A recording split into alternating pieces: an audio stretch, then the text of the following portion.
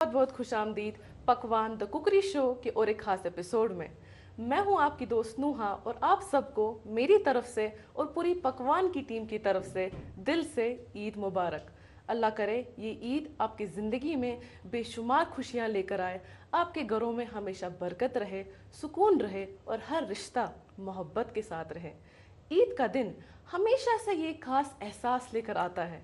नए कपड़े, घर की रौनक, बच्चों की हंसी, तकबीरों की आवाज़ और किचन से निकलते हुए लजीज खानों की खुशबू, ये सब मिलकर ईद को और भी खूबसूरत बना देती है। तो आज इसी प्यार और ईद के गर्माहट के साथ हम आपके पास लेकर आए हैं एक बहुत ही खास और दिल को सुकून देने वाली रेसिपी। नरम गोश्त, रिच फ्लेवर्स और वही घर वाली फीलिंग। ये रेसिपी ईद के उस हर जज्बात को एक ही बाउल में समेट लेती है। तो चलिए चलते हैं आज की रेसिपी की ओर। उसके लिए प्लीज़ वेलकम हमारे expert chef Yasin. Thank you very much. और आपके साथ साथ मैं देखने वालों को भी ईद मुबारक कहना चाहता हूँ। और ये जो कुर्बानी वाली ईद है, ये एक बहुत ख़ास और मोतबर जज्बे को उजागर करती है, वो है कुर्बानी। और मैं समझता हूँ मेरे साथ आप सब देखने वालों को भी अना, अहंकार या ईगो को कुर्बान कर देना चाहिए। और यही वो चीज़ है जो हमारे ज़िंदगियों में अशांति या पीस ख़त्म कर देता है। तो मुझे लगता है हम सबको इस चीज़ पे ध्यान देना चाहिए। और हम आप सबको मेरी तरफ से, पकवान की पूरी टीम की तरफ से फिर एक बार ईद मुबारक। और अल्लाह करे ये ईद आपकी ज़िंदगी खुशियों से भर दे, सुकून से भर दे, आप सब स्वस्थ रहें और व्यस्त रहें। तो आपने कल बड़े मसालेदार चीज़ें खाई होंगी। मैंने सोचा कि आज एक दो दिन गुजर चुके हैं तो आपको एक सूदिंग सी रेसिपी बताते हैं। ये है मटन स्ट्यू। स्ट्यू का मतलब होता है जब आप गोश्त को, चाहे वो चिकन भी आजकल बनाते हैं, तो जब आप गोश्त को अपने ही जूसेस में बहुत कम लिक्विड, बहुत कम मसालों के साथ धीमी आंच पे सिमर करते हैं और पकाते हैं। पुरानी दिल्ली में बहुत अच्छे अच्छे स्ट्यू मिलते हैं। अगर आप कभी बैंगलोर गई होंगी तो वहाँ कुछ अच्छे होटल्स हैं और वो बहुत बढ़िया मटन स्ट्यू देते हैं, कोइन पराठा या तवा पराठा के साथ। तो आज हम यहाँ श्रीनगर में भी कोशिश करेंगे और पकवान के थ्रू आप सब तक पहुँचाएंगे आज की रेसिपी, जिसका नाम है मटन स्ट्यू। कम मसालों के साथ बहुत कम टाइम में एक माउथ वाटरिंग डिश जिसे आप राइस या रोटी के साथ एंजॉय कर सकते हैं। आज का हम मटन स्ट्यू करते स्टार्ट। उसके पहले हम अपने नाजरीन के लिए इंग्रेडिएंट्स बोल देते हैं। सबसे पहले इसका प्राइम इंग्रेडिएंट जो मटन है, चाहे आप मटन या लैम दोनों का बन सकता है। छोटे छोटे कट्स और टेंडर हो। इसमें शायद हड्डियां नहीं है ना?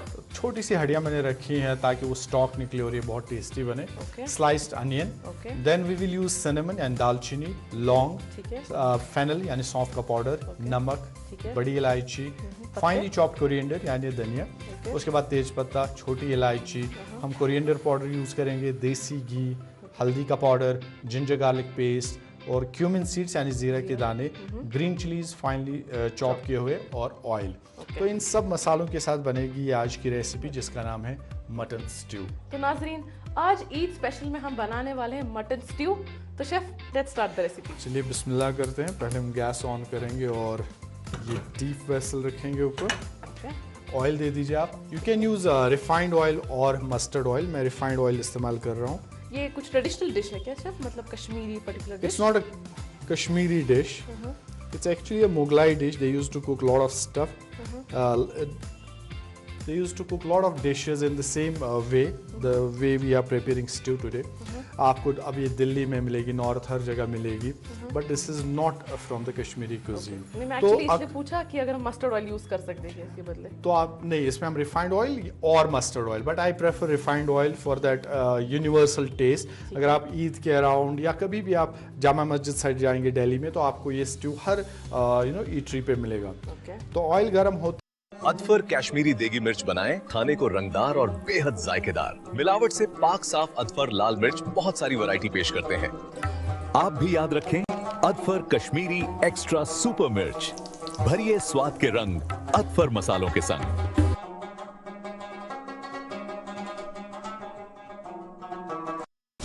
वो है जो डर को डराते हैं।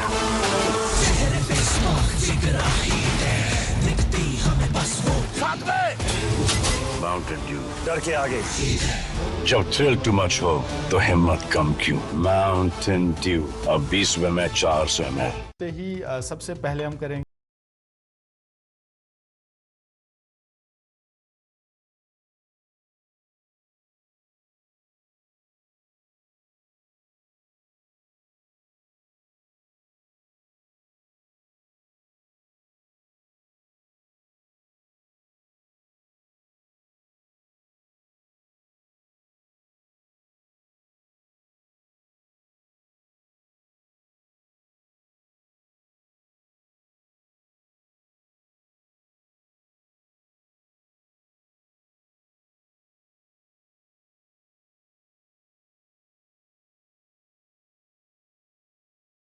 We'll add some sliced onions. Okay onions को आप बारीक काटेंगे सो दैट जब ये पक जाएं तो ऐसा ना हो कि अनइवन उनकी कोटिंग या कलर हो। Okay. जब आप छोटे बड़े प्याज काटते हैं, जैसे घरों में होता है, एक प्याज जल चुका होता है, एक कच्चा होता है, एक थोड़ा सा भुन चुका होता है, तो यूनिफॉर्म कटिंग बहुत ज़रूरी है। ये कितना प्याज है?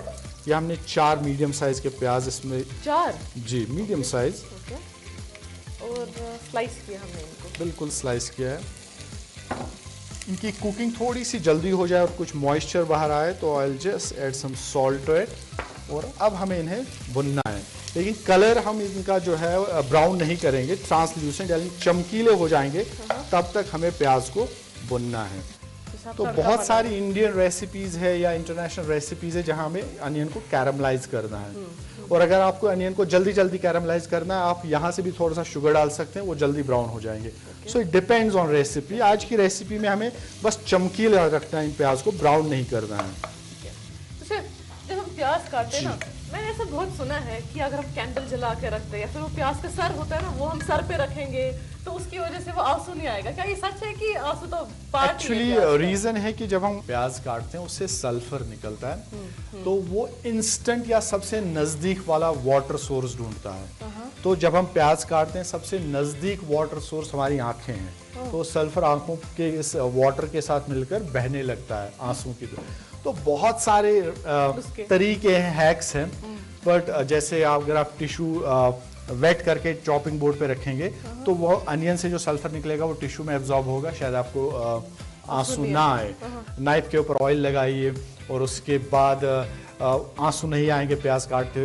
कुछ लोग हेलमेट पहन के प्याज काटते हैं, लेकिन मैं अक्सर कहता हूँ ऑन अ लाइटर नोट कि बेवफा सनम और प्याज हमेशा रुलाते। बट ये हैक्स है जो आप ट्राई कर सकते हैं। या आप अनियन जो है उन्हें पानी में रखिए और उसके बाद निकाल के उन्हें आप काट दीजिए, या आप फ्रिज में 10-15 मिनट रखिए, उसके बाद उन्हें काट दीजिए। तो that's the only way. But scientific reason मैंने आपको बताया कि अनियन काटते हुए आंसू की बात है। ये चमकीले हो गए हैं अगर आप देखेंगे, and this is the stage जब हम दूसरी चीजें इसमें ऐड करेंगे। तो अब हम इसमें ऐड करेंगे ग्रीन चिलीज। मैंने 4 छोटे ग्रीन चिलीज फाइन चॉप करे हैं। आपको जितनी स्पाइसीनेस डिश में चाहिए, ये इंग्रेडिएंट वैसा है जो आपके एज पर टेस्ट है।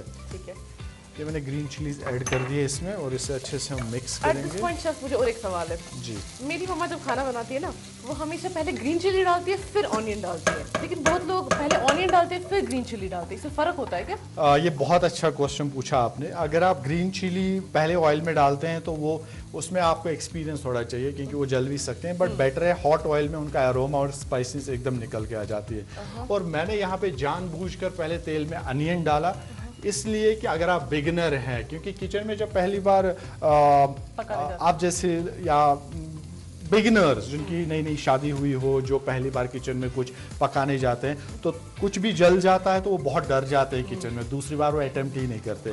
तो आपके लिए ये हैक है कि अगर आपको जिंजर गार्लिक पेस्ट या अनियन ऐड करना है तो पहले तेल में अनियन डालिए और उसके बाद जिंजर गार्लिक पेस्ट डालिए, वो जलेगा नहीं और आप भी टेंशन मुक्त रहेंगे। ये कितना डाला हमने जिंजर ये गार्लिक मैंने डाला है 1 टेबलस्पून जिंजर गार्लिक पेस्ट।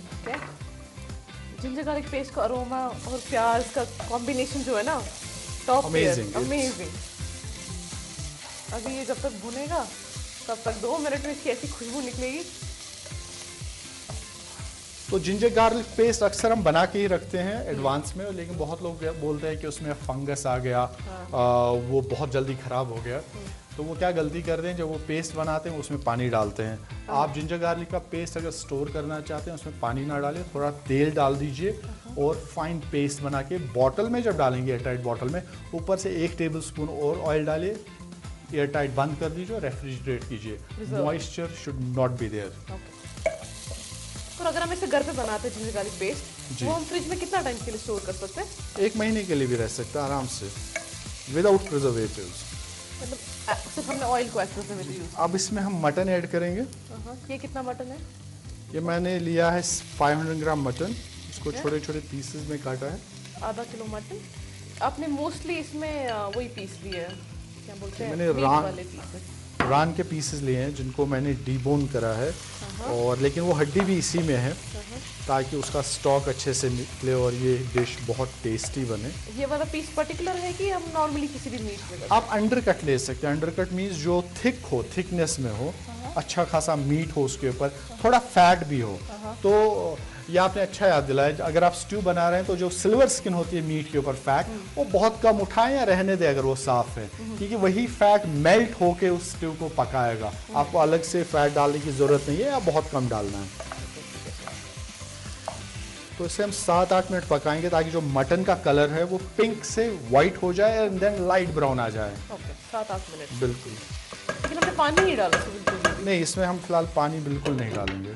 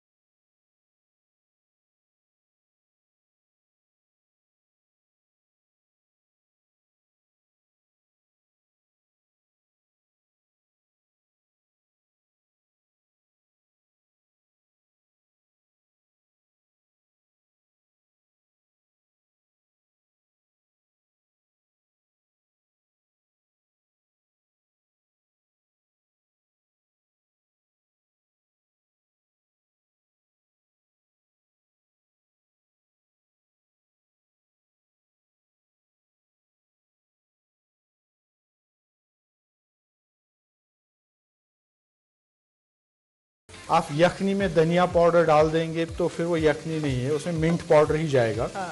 तो ये बेसिक चीज़ें हम बिल्कुल फर्मली फॉलो करें और उसके बाद आप बेसिक रेसिपी के ऊपर रेसिपीज डेवलप कर सकते हैं। ये थोड़ा भुन रहा है और एंड सिर्फ आपका ईद कैसा गया? 3 दिन बहुत अच्छा गया मेरे लिए ईद। टू बी ऑनेस्ट, मेरे लिए ईद जो है वो छुट्टी होती है, बढ़िया सुकून का छुट्टी का दिन होता है। नमाज पढ़ी, उसके बाद सोना और रेस्ट करना, मिलते जुलते बच्चों के साथ टाइम बिताते हैं, तो ईद बढ़िया रहती है और उस दिन मैं बड़ा आराम करता हूँ। अब इस शेफ मेरी तो ईदी लेने की उम्र नहीं रही, ईदी देने की उम्र है, लेकिन मैं आपसे जरूर ईदी मांगूंगा। बिल्कुल। और मैं नोहा जी और आप सबको बताना चाहूँगा कि ये जो स्ट्यू बन रहा है इसको हम पैक करके एज ए ईदी नोहा जी को दे रहे हैं। और जो कैमरा मैंने वो हंस रहे कि हमारा क्या होगा, लेकिन जो भी होगा आज ही नोहा के साथ जाएगा, उसके ऊपर मैं कार्ड लगा दूंगा इट्स ईदी, क्योंकि पैसे में कुछ रखा नहीं है। सही बात है। नाइस। आप देख सकते हैं कि मसाले अच्छे से भुन रहे हैं एंड हम एक बार कैमरा जी को भी दिखाएंगे। खुशबू आ रही है ऑलरेडी। इस पॉइंट पे मीट कितना % कुक हो गया होगा? आई थिंक इट्स 40% कुक्ड और कलर भी बहुत अच्छा डेवलप हुआ है इसमें एंड प्याज तो गायब भी होते जा रहा है वक्त के साथ साथ। ऐसे क्यों आपने बोला कि छोटे पीसेस रखना चाहिए? बिल्कुल, क्योंकि इसको हम धीमी आंच पे पकाएंगे और छोटे पीसेस जो है वो अच्छे से पकेंगे। बड़े पीसेस को आप फिर दिक्कत होगी पकाने में, उनमें वो जूसेस इंटैक्ट रहते हैं। थोड़ा सा पानी और बिल्कुल एज कम्पेयर टू जब हम मटन पकाते हैं उसमें बहुत सारा पानी डालते हैं, उसे प्रेशर कुक करते हैं, एकदम परफेक्ट कलर। अदफर कश्मीरी देगी मिर्च बनाएं खाने को रंगदार और बेहद जायकेदार। मिलावट से पाक साफ अदफर लाल मिर्च बहुत सारी वैरायटी पेश करते हैं।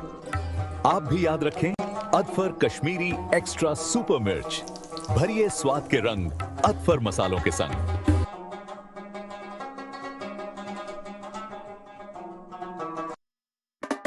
चलो उसको मना लो यार, ठंड से दिल को पिघला दो यार। चलो चलो चलो, let's all go for an Amul ice cream. चलो चलो चलो, चलो चलो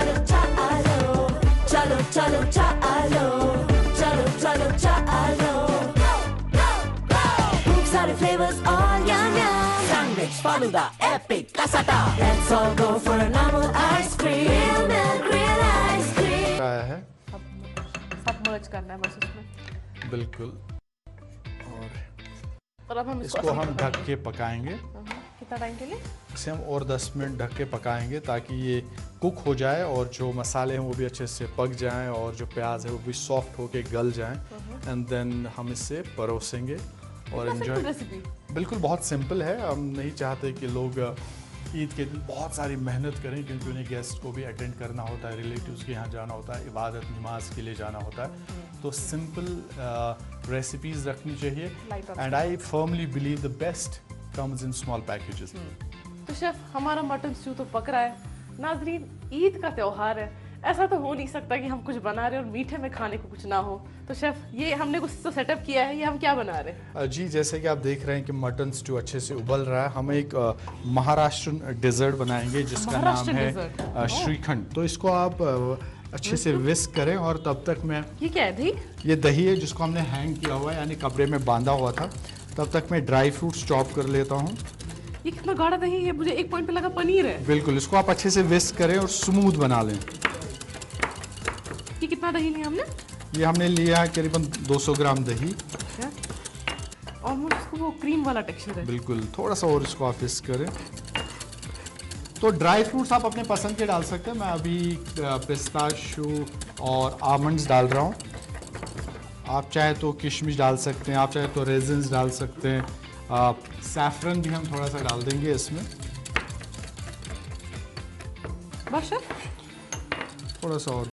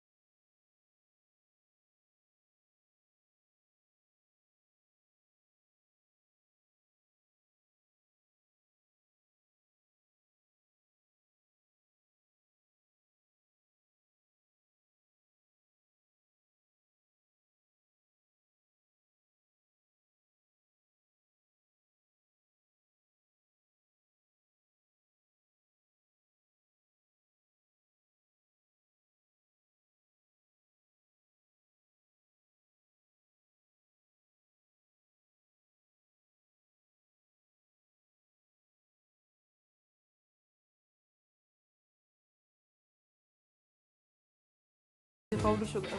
अच्छा शेफ, अगर हम नॉर्मल शुगर इस पॉइंट पे डालते हैं फिर ये थोड़ा लिक्विड हो जाता है ना? नहीं, अगर आप शुगर नॉर्मल डाल